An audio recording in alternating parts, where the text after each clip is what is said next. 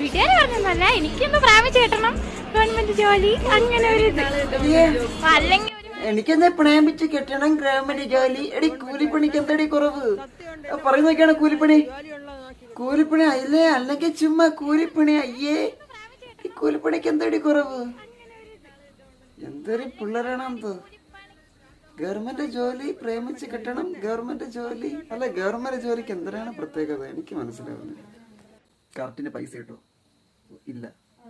മാസാവസാനം പൈസ കിട്ടോ? ഇല്ല. നല്ല ശമ്പളം കിട്ടുമായിരിക്കും, അതായിരിക്കും. നമ്മൾ ശമ്പളം കിട്ടുന്നതിന്റെ അല്ല, ഒന്ന് ചിന്തിക്കുക. ആവശ്യത്തിന് സമയത്ത് ശമ്പളം കിട്ടുക, അതാണ്. കൂലിപ്പണിക്ക് സമയത്ത് ശമ്പളം കിട്ടും. കൂലിപ്പണിക്കെന്നല്ല, സ്ഥിര വരുമാനമാണെങ്കിൽ, അത് ദിവസവും കിട്ടുന്ന വരുമാനമാണെങ്കിൽ അത് പോക്കറ്റിൽ കിടക്കും, ആവശ്യത്തിന് എടുക്കാം. സർക്കാർ ജോലിക്കാർക്കുള്ള ആവശ്യം പോലും ഇപ്പൊ നടക്കുന്നില്ല, അവർക്ക് പൈസ കിട്ടുന്നില്ല. എപ്പോഴും